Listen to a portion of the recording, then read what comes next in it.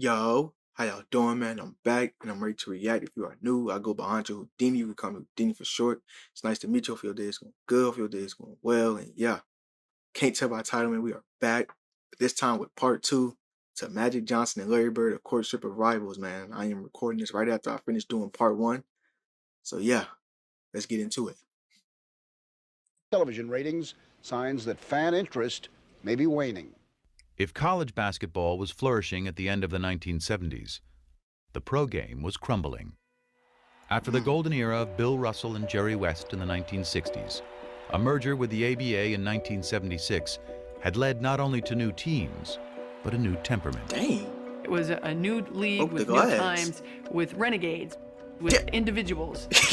Who is that? There was an argument made, plausibly, I think, that it was too black a league for the United States of America in the late 1970s.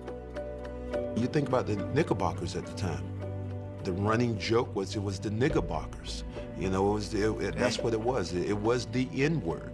It's turning off a lot of white customers that are coming to the game, you know. Why? I think there's a conflict between the white and the black, and I don't enjoy going to basketball and seeing all black players. I mean, I think when they said too black, they meant not just in terms of color, but in terms of style. Let me get mine, and the hell with yours. Basketball for us was about the best moves. You wanted to be that big player that everybody talked about. You wanted to be the one. You didn't think about winning championships or team play. And those were just the issues on the court. Dang. The NBA So it had was this a image drug use of problem? an all-black league with a bunch of guys who did drugs. The teams were losing money, and they had no sponsors. And that's pretty much a death knell right there. It's a known fact that you need your white superstars. You just need more white ball players on the team for the white fans to identify with. And in the newest member of the Boston Celtics, that's exactly what the league appeared to be getting. There's hope he can help solve professional basketball's difficulties, which some say are compounded by a question of black and white. The great white hope. What does that mean? Well, you know, it's very hard to say because there's a lot of great white players around, and I just hope that I can just fit in as well as some of them that has fit in. He ran away from that designation. He made it very clear, almost from day one, that he was not the great white hope. You know, the great players are the black players, and they're the best. Such deference meant little to black Celtics like Curtis Rowe, Sidney Wicks, and Cedric Maxwell, who looked at Bird and saw not the great white hope, but another case of great white hype. He didn't impress me no more than any white guy I've ever seen play before. I think that you would say that most black players Man, that's at the crazy. time were racist, in the sense that we did not think that you could find a white guy who could play better than any black guy. When I walk in the first day of camp, them guys were on the floor stretching, and here comes the white savior, here comes this, here comes that. I sort of enjoyed it because I knew I was going to battle them all day. But Curtis and Sidney didn't last long. They didn't even make it through the first practice. They were cut. So then it was just Cedric. Did I'm all that thinking, oh, talk? he's slow, he can't get off a shot. He's not that strong. This is gonna be a layup. Bam, knocks down a jump shot. Okay, maybe that was luck. Gets the ball again. Bam, knocks down another jump shot. Now I'm thinking like, okay, hey, you know what? I'm gonna D this guy up. I'm gonna show him his life. 20 feet away, bam. 25 feet away, bam. My mind just goes to the, damn, this white guy can play. It was a good thing, too. The storied Celtics might have been the winningest team in NBA history, but they were fresh off their worst season in 30 years. And in Bird, they had a player who was not only supremely talented, but tough enough to take on any challenge. You know, I always played like everybody in the world was against me. Dang. Thought everybody Whoa. was against me. You should think up things. Dang, they just started jumping, Bird. Whoa, when was this? Whoa. I'm thinking like he had his hand. I'm thinking he's telling him good game or something. Like They just started everybody in the world was arguing. against me. Pushed him, put his hand around his neck. Thought everybody Wow. was against me. You should think up things to get me rattled before a game. Dang. He knew how to fight. I ain't see this in I the know trash that talk from off video. the floor. One night, somebody was giving one of his buddies a hard time, and Larry went over and, said, hey, this is my friend, and this guy was a pretty good sized guy. By golly, they go out back, and the guy turns and says something to Larry, and I mean, Larry hit this guy, and I caught him. Hit him so hard, I go, whoa. He was from the old school, and that's how he played. Larry Bird plays it to the hill, baby. Played the game hard. Played rough. There was no frills about him. He came in, That's he crazy. threw elbows. There was nothing smooth about Larry. That don't happen in the NBA no more. That's a New Englanders 12-game like suspension that. at They're least. hardworking people. They like that that's how people view them, and that's what Larry was. Larry Bird follows his own shot. That was on rebound. I assumed people were They just also trying like Larry winners. Bird. And when Bird led the Celtics to the They probably NBA thought he was championship soft. in just his second season, he was finally Dang, one of those two. second season. Boston loved Larry Bird. It just wasn't so clear at first how much Bird loved the city back. There's only one place I'd rather be, French Lick. Thank you. Man, Larry was almost agoraphobic in his treatment of anything outside his hometown. And I remember y'all said that was one of his Wizard Oz. nicknames. He wanted to the French intimidate Lick. people and keep them at bay. The further we are away from each other, the more I like it. I had a nice little house. I had my little yard. I want to go from there to practice back. If we had a game coming up, I want to go there to the game and back home. It was all basketball. My whole life was basketball. Hang out with teammates or nothing? If he was just sitting there with just me, you were looking around mumbling, trying to find things that we had in common that we could talk about. Now, we started talking about basketball, started talking about players. It was, it was great. U.S. history? Nope. We forced passes, we made errors down the stretch. Daily events? Nope. I made the shot, and from then on we was up by 2, and they had to get back in the game, which they did. Politics? Nope. Try to not do anything I can't do or do no more than what I can do. I just go out and try to do my basic game. He proudly dubbed himself the Hick from French Lick, and he looked every bit the part. Okay. But those who played him for simple did so at their own peril. One of the great ways, I think, of winding up with no money in your pocket is to think Larry Bird is dumb. Syntax is not intelligence.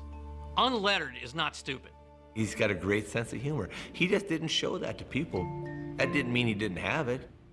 He did, however, allow the public one small indulgence. You could come out on Saturday and watch him mow his lawn. Huge crowd started to stop. Larry Bird's cutting grass in front of his house. That's funny. He's mowing his lawn in the springtime. Larry is about doing things himself, and I think it's one of the things that made him so beloved in Boston. But as Bird navigated through his new world, he still had one eye fixed on a familiar foe in a faraway land. Magic.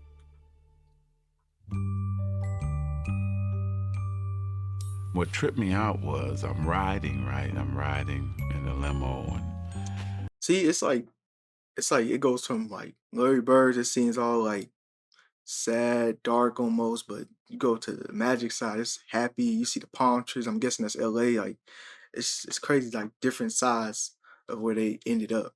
what tripped me out And where was they came I'm from. riding in the limo, and I'm seeing orange trees and lemon trees in people's front yards. I said, stop, I gotta go pick an orange.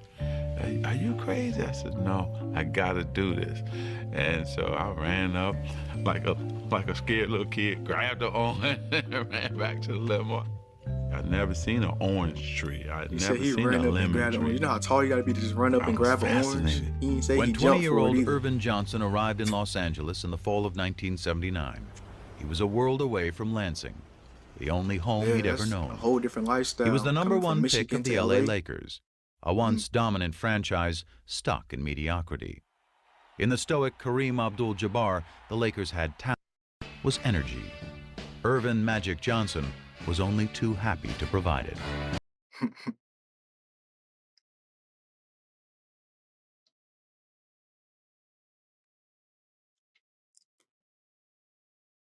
Game.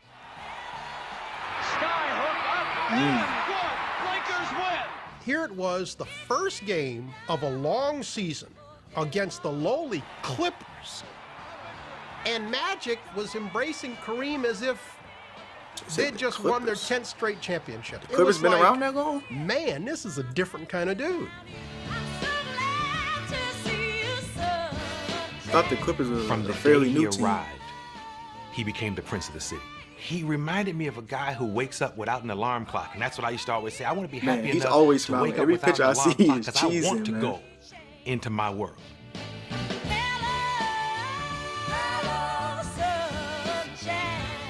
He had it, what it is.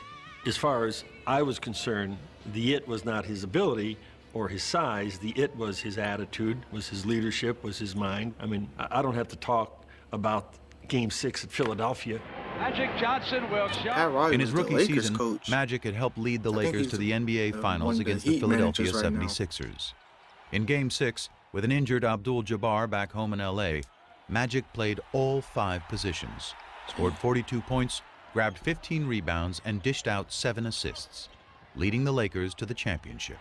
Oh yeah, I think I seen In this just in 4 that years, Magic highlight he had won video. titles in high school, He said he was playing center. college, and the pros. Magic, what do you have that makes you perform like this in these championship games? Well, I don't know. Just I love to win. Across the masthead of the Los Angeles Times the next day, it said, "It's Magic." He was a star when he first arrived here, coming off the NC2A game. And quickly, during that first season, he became one of the stars in town. But that game put him on another level. That made him the star in town. It's funny how I wanted to meet the celebrities, but they wanted to meet me. I was like shocked. Like, wow, you know who I am? I was like He made shocked. Michael Jackson look little, man. He made Michael Jackson look little. Like, wow, you know who I am? He was young, famous, and after Lakers owner Jerry Buss signed him to a 25-year, $25 million contract, very rich. The kid from Lansing, Whoa, did I hear that correctly? Hold on. year $25 million contract, and after Lakers owner Jerry Buss signed him to a 25-year, $25 million year? contract, They- very rich. Wow. The kid from 25 Lansing years is was ready crazy. to sample a different kind of fruit. His playboy boss knew all the ripest trees. I said, oh, I'm hanging with him. When they were coming into the box and he That had one, man, 10, he was 20 having of too much them, fun, and look, man. Irvin, which one you want? And I was like, oh, okay, it's like that? And then he said, I'm going to take you to the Playboy Mansion. What? The mansion? No, Dang, you that's just kidding. crazy. Like they Yep. two different So I sides. went there, and my first time, I'm backing up like, I can't believe I'm in, but I'm backing up away. You know, it's like, I'm scared to death. Probably 10 Imagine guys. he's so outgoing, and 100 then you women, got you know. Larry Bird. Everybody who think was it's shy. sex-driven, but it's really not. You have dinner, then you watch the latest movie. And then, of course, I don't want to ever say that sex wasn't involved, because if you meet somebody, that's what you wanted to do. You did that, but it's Imagine really funny, man. a great experience to go up there. Right, So right. yeah, I had fun there. He came to L.A. like the Pied Piper. People were giving him this and giving him that. But, he stayed pretty grounded to the game. Everybody was getting high then, but you can't even smoke a joint around Magic. He had real old school, down in the trenches work ethic. And that was honed in him by his dad, Irvin Johnson Sr. Magic was always this guy. He never did none of that, so I did everything for him. Magic Johnson was living on a natural high.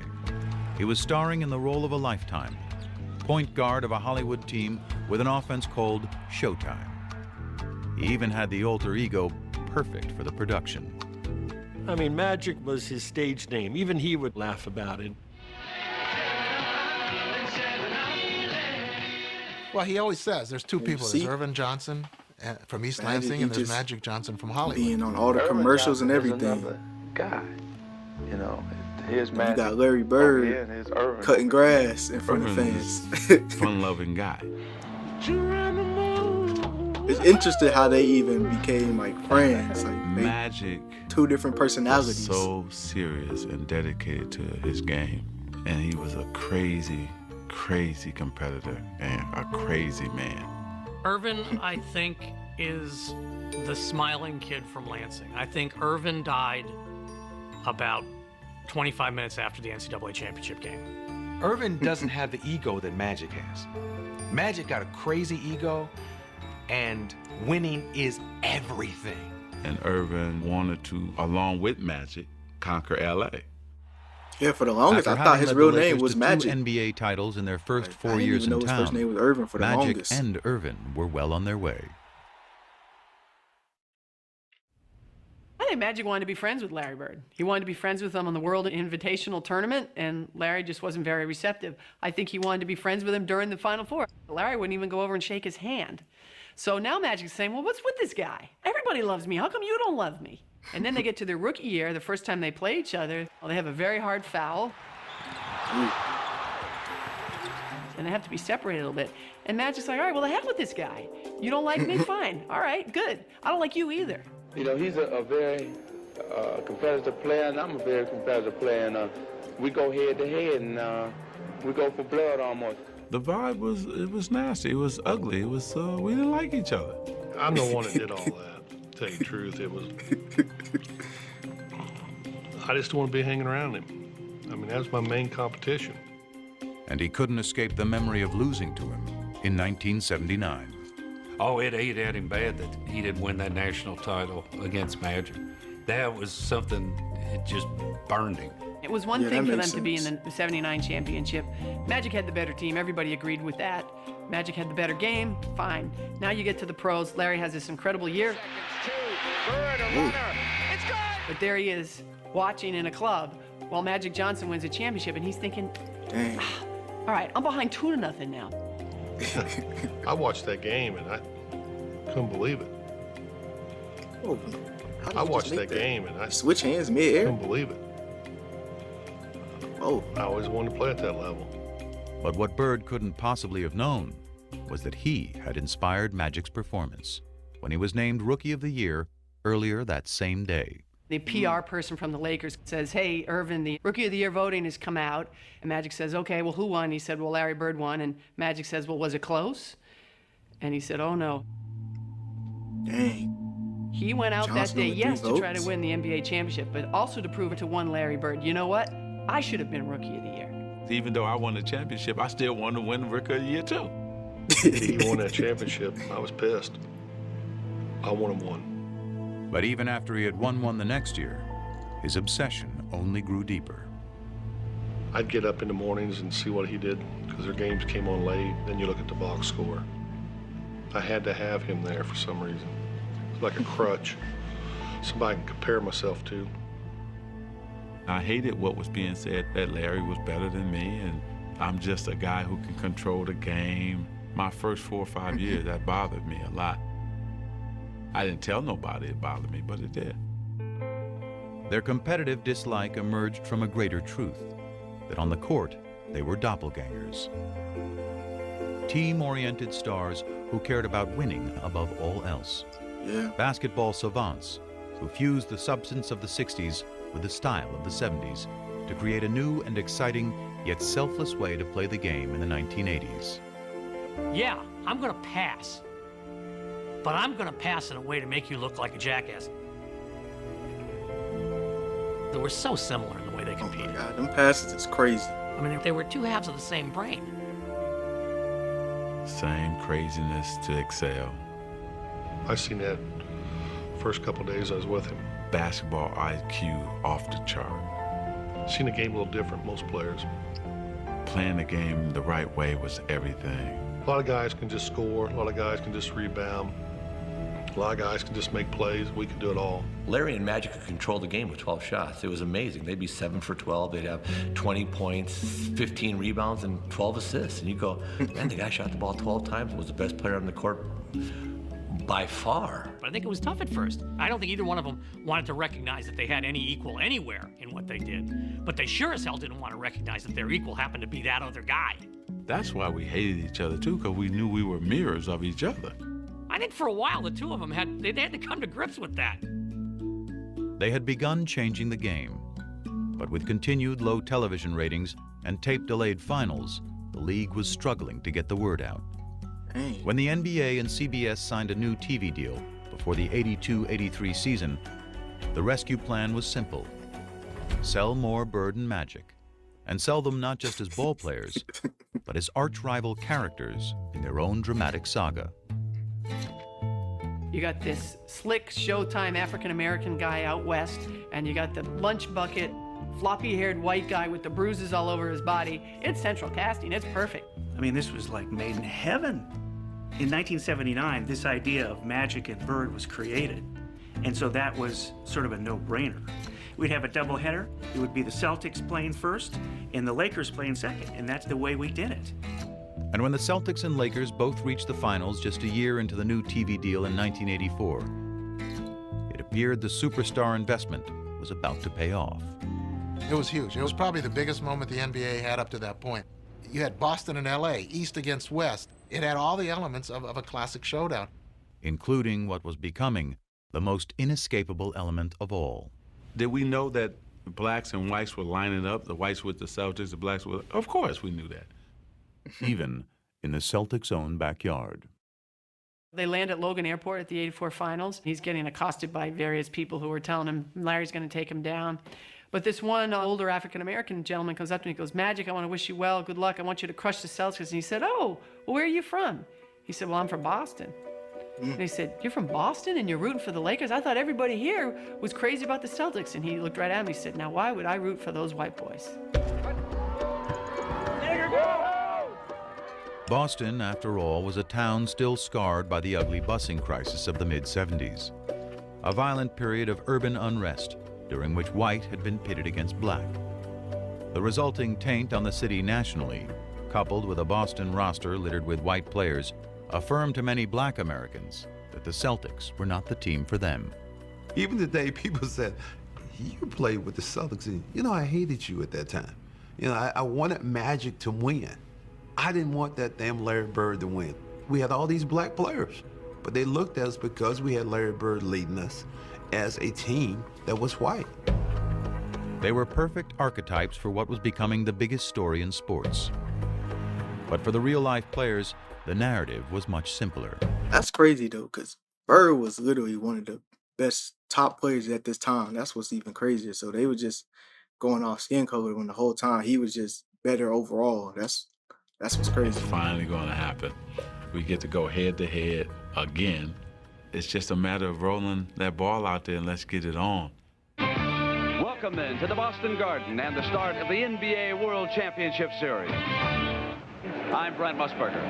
In each of the last 4 NBA World Championship Series, either Magic or Bird has competed. But this is the first time that the two have gone head-to-head for the title. So I wonder what changed that in Boston. Like, man, we jumped out on them that first what game. made Boston more diverse? Was it? And we won in Boston. Was it after Bird, or and with was less it than a minute to go in Game 2, their big three the won that Lakers were championship with closing in Garnett on a commanding and series Howland lead. and Pierce.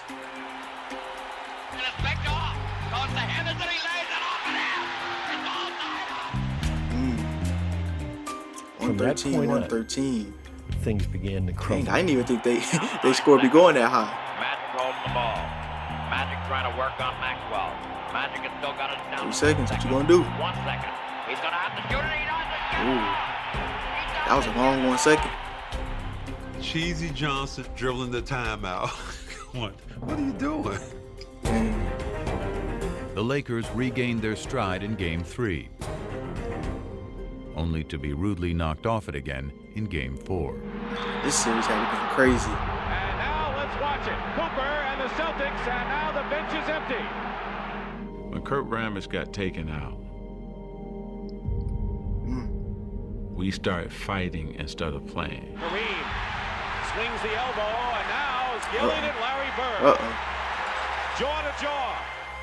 And it made us realize we were not mentally tougher than the Celtics. Magic's just not himself. To be sure they won't let the time run out as they did in Game 2. Harris steals the ball, and the Celtics call a timeout. There were a number of places where, you know, Irvin didn't do what people expected him to do. Tied at 123. He misses the first. this. Kind of like when in college, when Bird was saying he was missing free throws. Magic Johnson goes to the bench. Bird turnaround hits. Bird getting his leg back. Johnson had to watch him win. Game 5 game. went to the Celtics. Game 6 to the Lakers. Oh my gosh, they just It's like traded blows. 1979 all over again. Down to one game for Bird and Magic. If everybody had to look at it, probably would have said this is going to be 7-game series. No, I thought we'd sweep them in 4, but just went a little bit longer. Now we just have to do it in 7. So he thought he was sleeping in 4. Okay, Larry. That's the only time I ever felt that. There ain't no way they're walking out here with a win. What were they playing? They in LA or no way? Boston. They're in Boston. Oh, it looked like Boston was green. Yeah. Look at that crowd though, man. I just know that arena was jumping. Just people watching straight hoops. Nobody on their phone, nothing. Just hoops. Dang. I'm not gonna lie, these highlights, they was clamping Magic in these last few seconds of these games.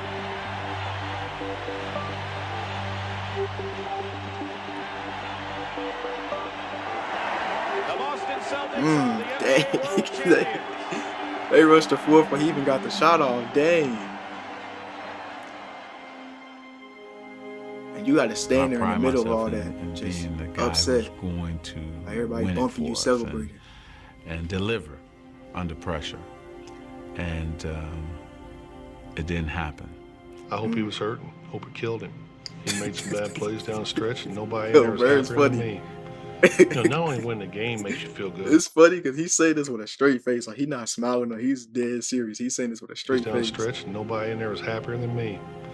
Not Saying only nobody winning was the game happier makes than you him, he feel ain't good, even but just smiling. knowing the other guy's suffering, and you know he was. I remember after the game that both he and I were in the showers crying and stayed in there for about 35, 40 minutes.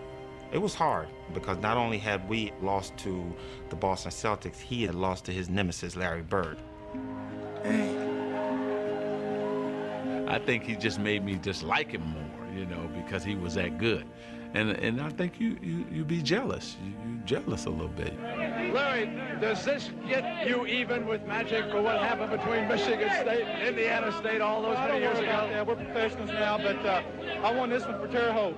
Well, it was a big deal. I remember asking Quinn Buckner about it afterwards. They had a celebration in downtown Boston after they won the championship. And, you know, it was unusual for Larry to have these little outbursts, as Quinn would call them. But, you know, about 11:30 at night, finally he turned to Quinn. He goes, I got him. I finally got him. And he was talking about Magic. Okay, this is a good spot to The end lead part was the 2. choice. It's a good spot to end part 2, man. We're going to start part 3. We're going to pick up where we left off. But this was part 2. And yeah, man, let's do a little reflecting. So it seems, so I'm guessing after that it was, so I guess Magic so far won the college championship and then won the NBA finals first.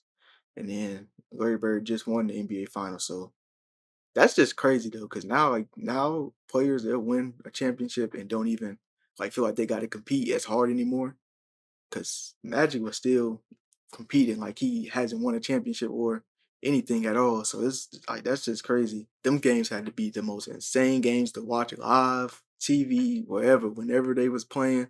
Like that had to been like one of the best 7-game series. Like besides the Warriors and Cavs, I think that could be probably one of the best. Hold on, no. I feel like that's the Spurs and Heat series was really good. But yeah, where would y'all rank that series between the Lakers and the Celtics? And I'm guessing, assuming from the highlights I seen early on, I'm guessing that's not their first time playing against each other in the finals. I'm guessing there's more to come. So man, I'm guessing it's gonna probably pick up on part 3. But yeah, that was part 2, man. Until then, Honcho, then he's gone, man.